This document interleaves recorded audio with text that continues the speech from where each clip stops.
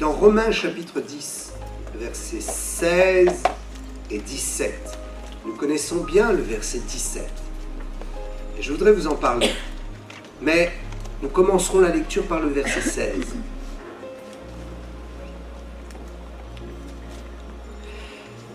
Tous n'ont pas obéi à la bonne nouvelle.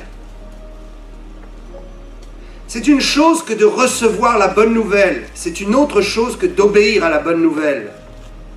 La bonne nouvelle, c'est que Dieu veut nous bénir abondamment et qu'il veut que nous soyons prospères, spirituellement et physiquement. Dieu désire que nous propagions l'évangile, que nous guérissions les malades. Ça, c'est le plan de Dieu. Ça, c'est la bonne nouvelle. La bonne nouvelle, c'est que l'Esprit Saint est répandu sur chacun de ceux qui se donnent à Jésus. Et que chaque membre du peuple de Dieu a la possibilité de faire des choses extraordinaires. D'être un ambassadeur du royaume des cieux et de travailler pour le royaume des cieux. La bonne nouvelle,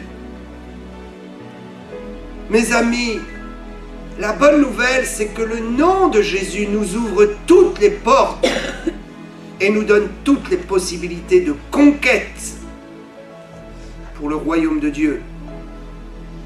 Nous ne luttons pas contre des gens. Nous ne luttons pas contre des hommes et des femmes, des humains de la même nature que nous. Nous luttons contre des puissances diaboliques. Nous luttons contre des esprits méchants. Et nous luttons contre leurs œuvres.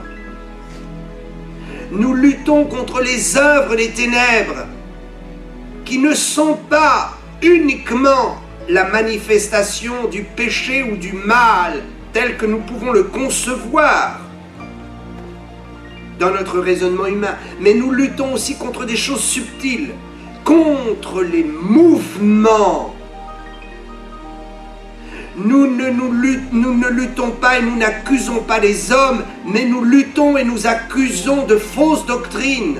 Nous repoussons, nous refusons des systèmes qui enferment la bonne nouvelle dans des cachots d'impossibilité.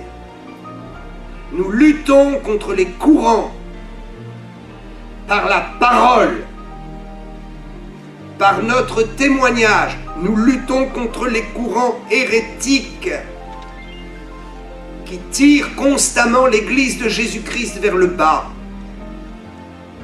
qui prônent l'incrédulité d'une façon subtile et qui refusent de nous rendre responsables de la croissance de l'Église. Vous et moi, nous sommes responsables de notre propre croissance. Ne nous défilons pas. Et nous sommes responsables de la croissance de l'Église. Tous n'ont pas obéi. Ce qui compte, ce n'est pas d'entendre, de recevoir ou d'accepter la bonne nouvelle. C'est d'entrer dans la bonne nouvelle, d'obéir et de vivre le principe de la bonne nouvelle. Le principe du succès de l'Évangile. Succès des œuvres de Dieu. Voir les gens guéris, voir les gens sauvés d'abord, voir les gens pleurer sur leurs péchés, se convertir, ensuite voir les gens guéris de leurs maladies, et puis voir les gens délivrés de leurs oppressions, de leur tristesse. Combien de chrétiens tristes, aigris, agressifs aujourd'hui en France. Je parle de la France et de la francophonie. Tous n'ont pas obéi à la bonne nouvelle. Ainsi, Ésaïe dit-il, Ésaïe a dit, « Seigneur, qui a cru à notre prédication ?» Ceci est très important.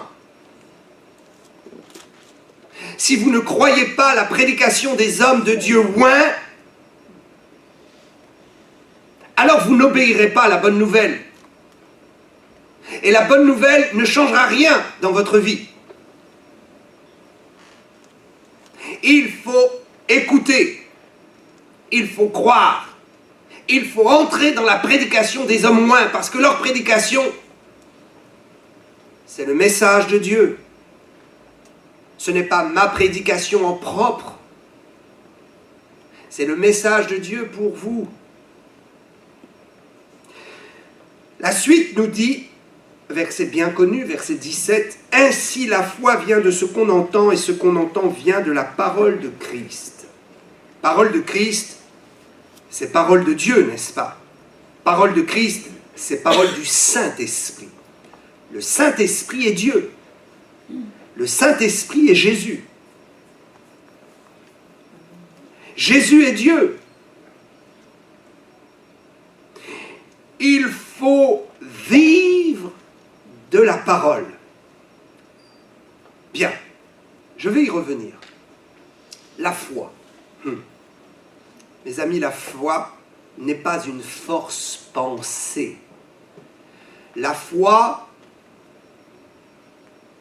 ce n'est pas penser très fort une chose pour qu'elle arrive. La foi, ce n'est pas s'appuyer sur la confession d'un homme. La foi, ce n'est pas se forcer à visionner quelque chose pour que ça arrive. La foi, c'est visionner quelque chose que j'ai entendu de Dieu. Ce n'est pas me créer des images dans la tête et me dire ces images doivent arriver. C'est recevoir les images de Dieu et dire elles vont arriver parce qu'elles viennent de Dieu.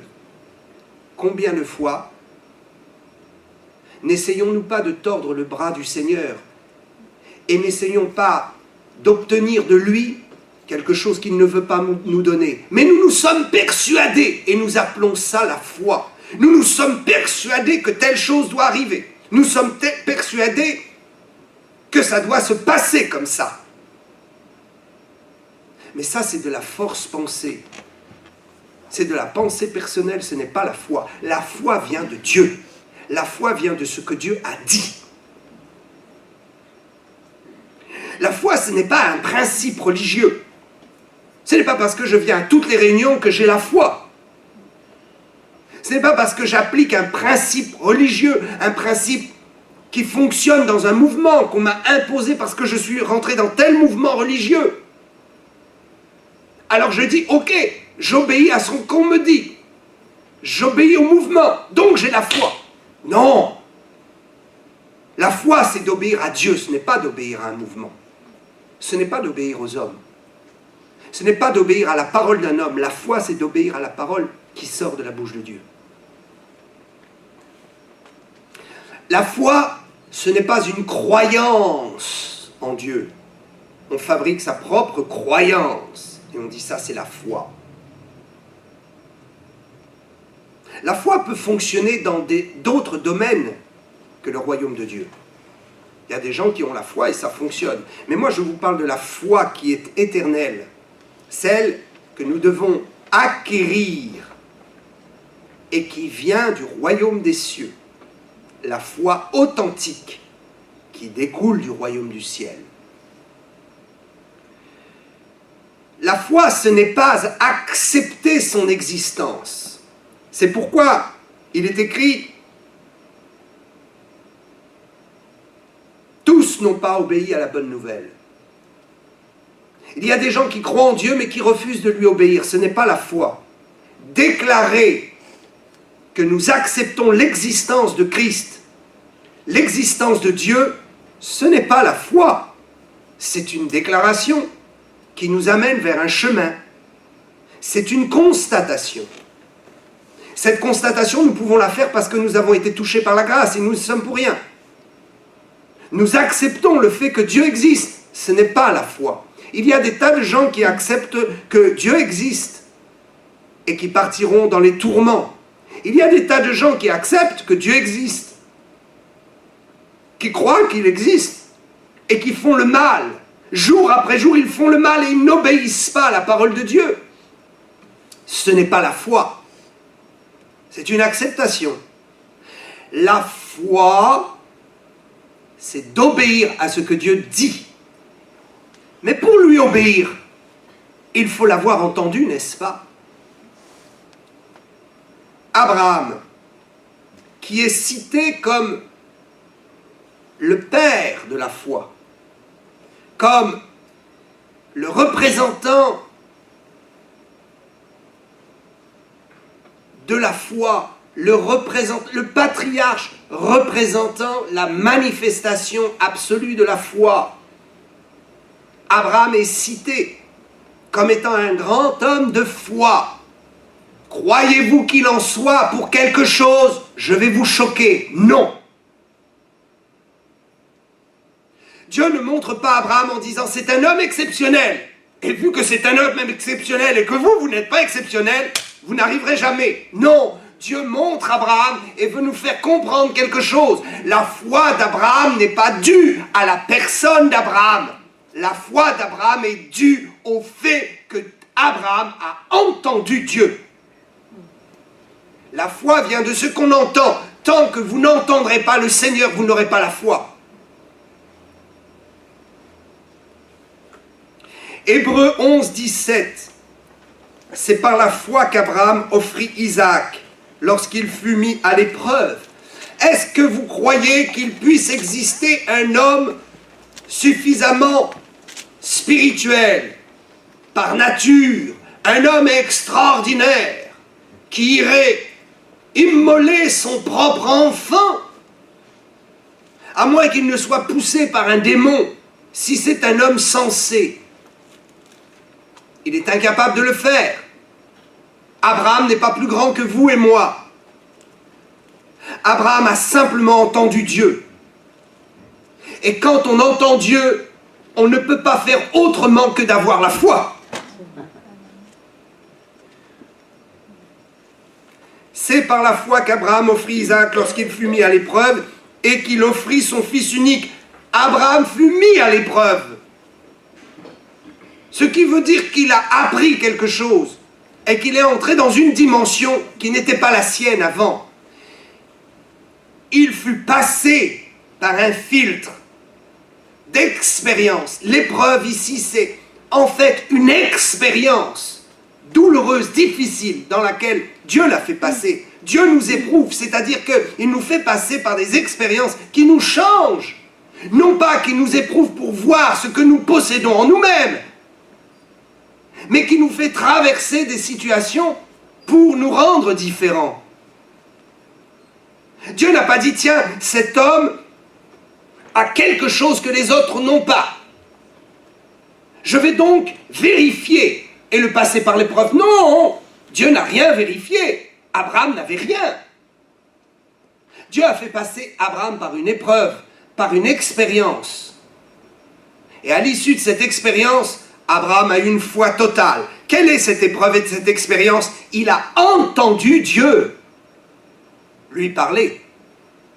Et quand vous entendrez la voix de Dieu vous parler, ce sera facile. Les disciples disaient, augmentons-nous la foi. Comment augmenter la foi? Entendez Dieu. C'est pourquoi il est écrit dans Romains 10, 16, ce que nous venons de lire. Ils n'ont pas obéi parce qu'ils n'ont pas cru la prédication. Si vous voulez la foi, écoutez Dieu vous parler. Cherchez à entendre Dieu vous parler. Permettez au Saint-Esprit de vous parler. Permettez à Dieu de vous parler à travers l'onction qui se dégage de ceux qui prêchent avec onction et qui sont appelés à le faire.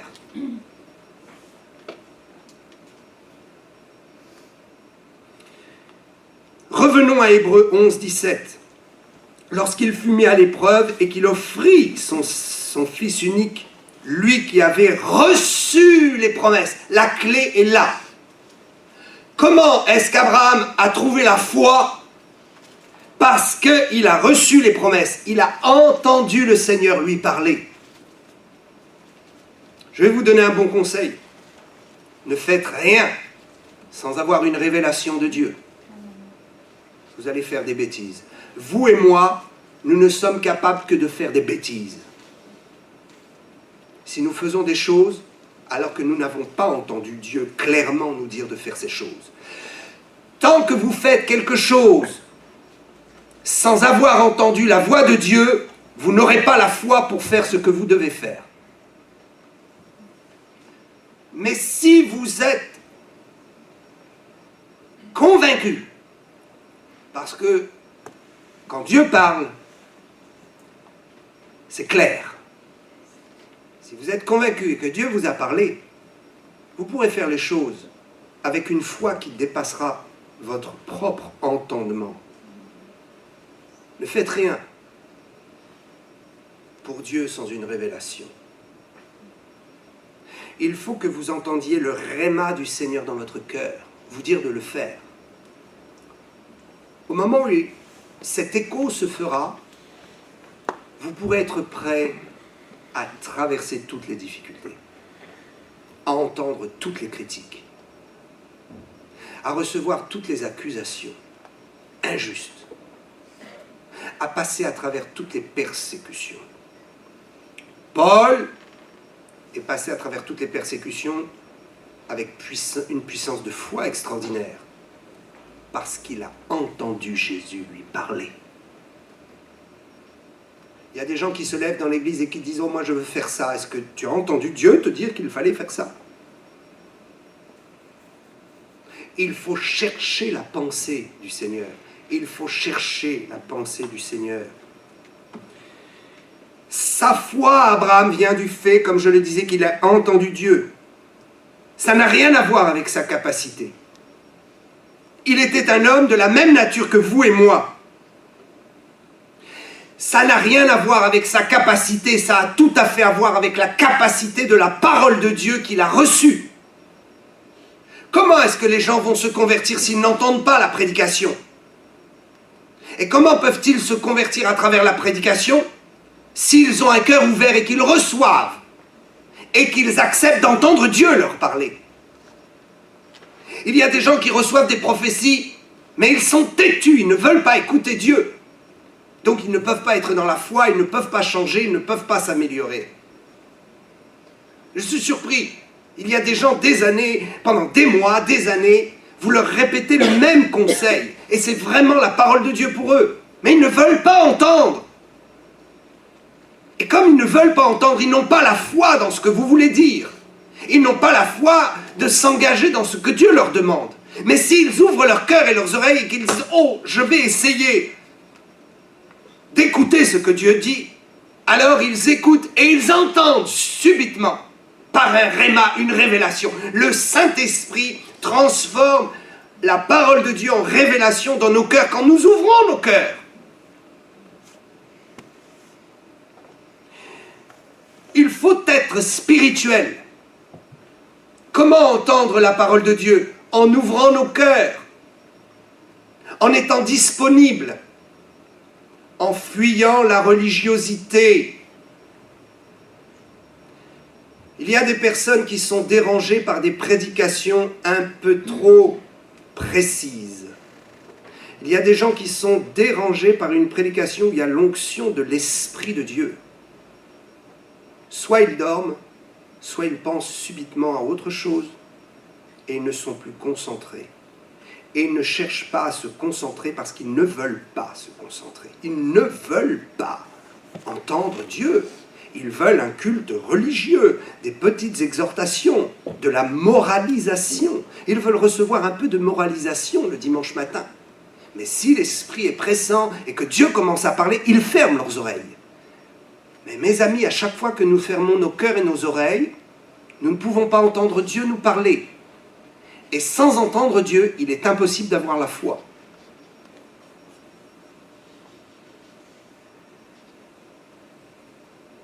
Notre capacité n'a aucun pouvoir pour produire la foi. Mais la révélation de la parole de Dieu dans mon cœur, c'est la puissance et la capacité de la foi pour moi. Nous devons arrêter d'écouter des sermons pour nous sermonner. Nous devons rechercher la prédication de la bonne nouvelle, celle qui communique une pensée, celle qui nous fait entendre la voix de Dieu. Parce que lorsque nous l'entendons et qu'elle devient un réma, tout est possible. Comment voulez-vous douter quand Dieu vous a parlé absolument clairement? Impossible. Quand Dieu vous parle clairement, c'est impossible de douter. C'est le principe de la nouvelle alliance et de la bonne nouvelle. Il faut être spirituel. Dans 1 Corinthiens chapitre 2 verset 14, il nous est parlé de ceux qui sont spirituels et ceux qui ne le sont pas. Il est dit en fait que l'homme naturel ne peut pas recevoir les choses de Dieu. L'homme animal ne peut pas recevoir les choses de Dieu. Il faut être spirituel pour entendre Dieu.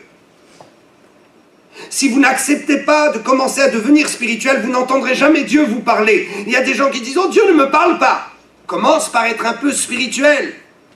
Parce que Dieu ne peut parler que dans un langage spirituel. Imaginez, si vous êtes français, et que je prêche en français, vous entendrez ce que je dis. Mais si vous êtes français et que vous ne parlez pas chinois, et que je vous prêche en chinois, comment voulez-vous entendre ce que je dis? Vous ne comprendrez rien. Pour entendre Dieu, il faut être spirituel. Dieu nous parle dans un langage spirituel. Dieu nous parle dans un langage qui dépasse notre compréhension. Il faut donc se mettre dans une disposition de cœur. Il faut commencer à accepter, à recevoir le Saint-Esprit. L'homme animal ne peut pas donner la pensée de Dieu à un chien.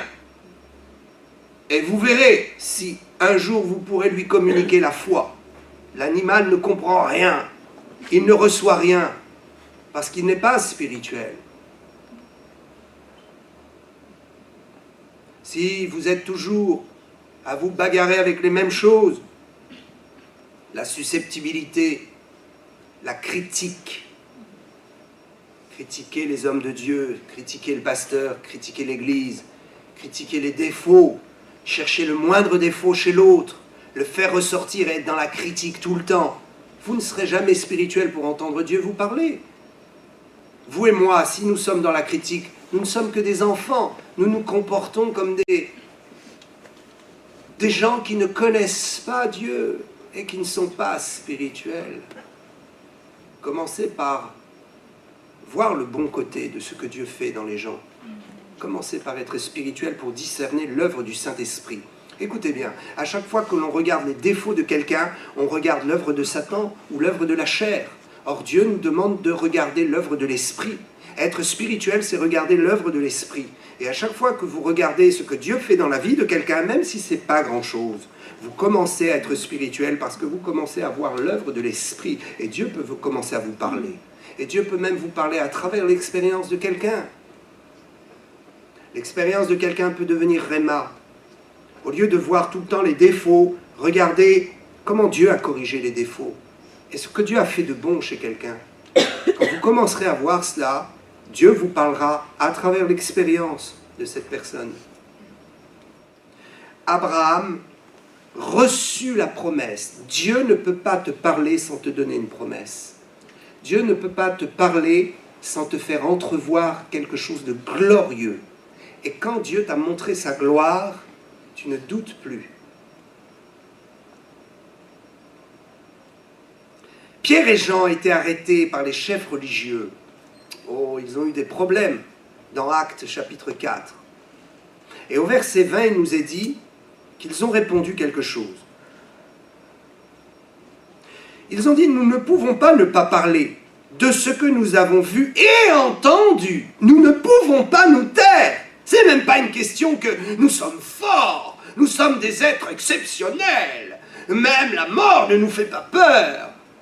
Nous ne pouvons pas nous taire parce que nous avons entendu Dieu.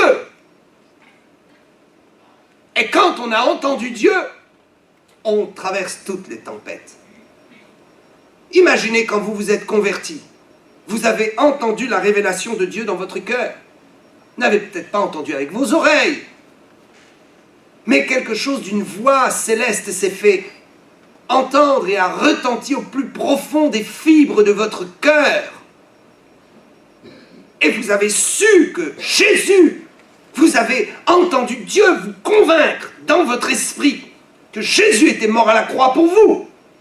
Et la foi est devenue une évidence.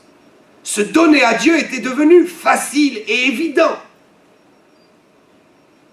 Souvenez-vous comment vous avez entendu Dieu de vous parler pour vous convertir. Alors croyez que Dieu peut vous parler encore pour vous faire travailler pour lui. Ou vous faire des choses merveilleuses pour lui. Nous ne pouvons pas nous taire parce que nous avons vu et entendu. Qu'ont-ils vu et entendu? Actes chapitre 1 verset 3. Jésus ressuscité qui leur a parlé pendant 40 jours. Comment voulez-vous qu'il n'ait pas la foi? Quand Dieu vous montre le surnaturel devient foi en vous. La parole de Dieu est un mystère, c'est le mystère de la foi. Quand nous recevons la parole de Dieu, nous recevons la foi directement du cœur de Dieu.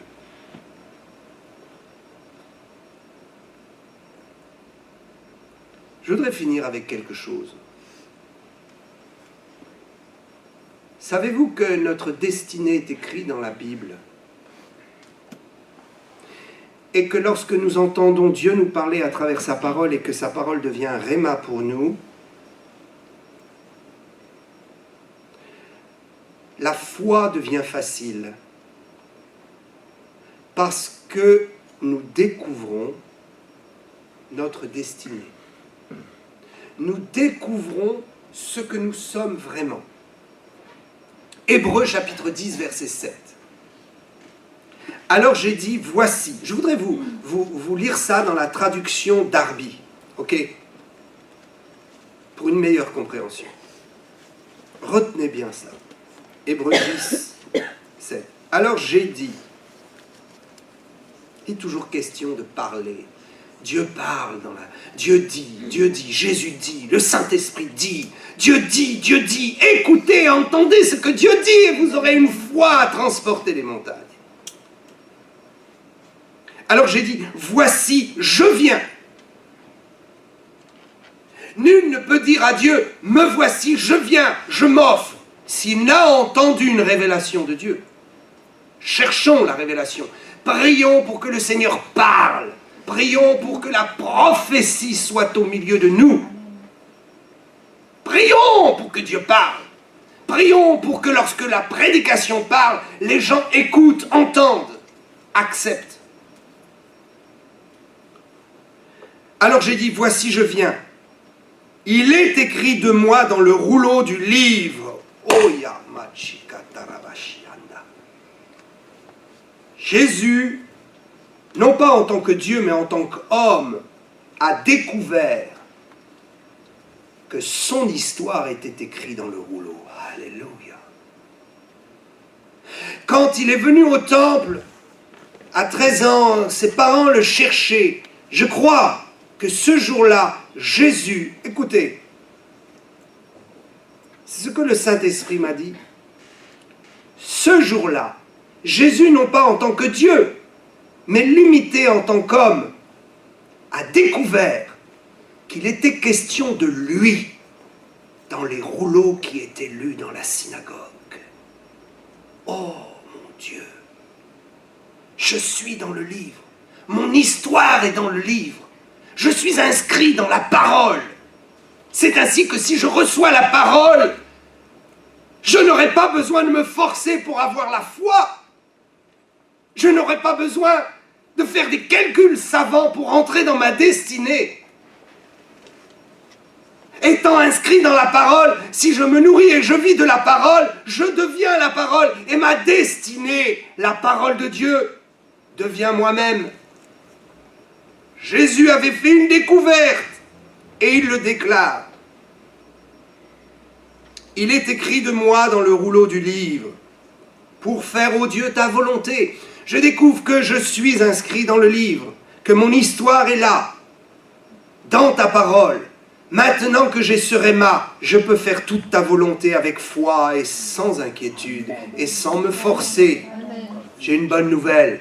Votre histoire et la mienne est écrite dans la Bible. Elle n'est pas écrite dans les livres de ce monde. Elle n'est pas écrite dans le livre de la société. Elle n'est pas écrite dans ce que le patron dit de vous. Elle n'est pas écrite dans ce que les gens disent de vous. Votre histoire et la mienne est inscrite dans le livre des livres, la parole de Dieu. Et chaque fois que je crois, que je reçois et que j'entends Dieu me parler à travers sa parole, je m'identifie à elle. Quand il est écrit, ils imposeront les mains aux malades. Il est écrit mon histoire. Il est écrit votre histoire. Cessez de douter. C'est votre histoire qui est écrite. Quand il est dit, ils imposeront les mains aux malades. Quand il est écrit, quiconque croira dans le Fils de Dieu sera sauvé. Il est écrit mon histoire, il est écrit la vôtre. Mon histoire, c'est de guérir les malades, de délivrer les gens. Je vous ai donné le pouvoir de marcher sur les serpents et les scorpions et sur toute la puissance de Satan. Dieu raconte mon histoire.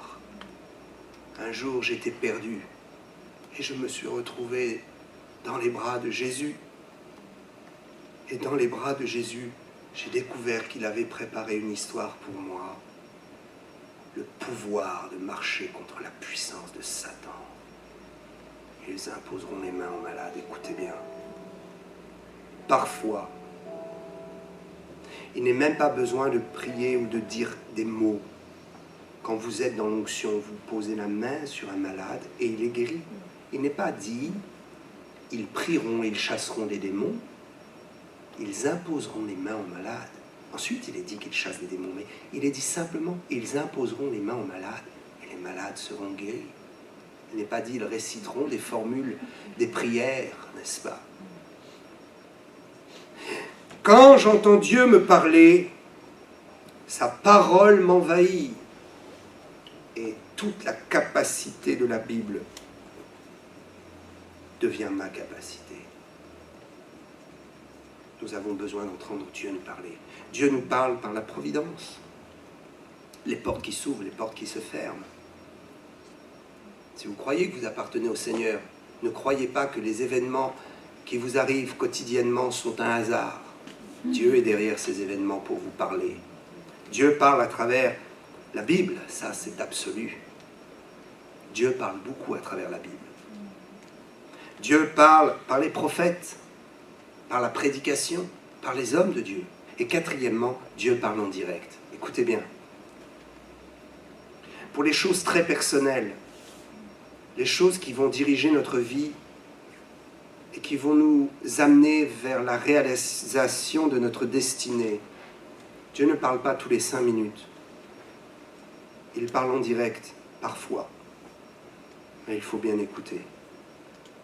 Ce n'est pas tous les jours que Dieu va vous parler pour dire de faire quelque chose. C'est tous les jours que Dieu va vous parler dans sa parole. À propos de votre vie chrétienne, à propos de votre avancement spirituel. C'est tous les jours que Dieu est prêt à vous faire des révélations et vous donner des rémas sur le schéma normal de la vie chrétienne. Mais parfois, Dieu va vous parler en direct. Un verset, un mot de la parole qui, à ce moment-là, peut être isolé uniquement pour vous. Et vous comprenez que Dieu vous a parlé pour faire quelque chose. Écoutons le Seigneur. Ne refusons pas de l'entendre. Que son Saint-Nom soit béni. Amen.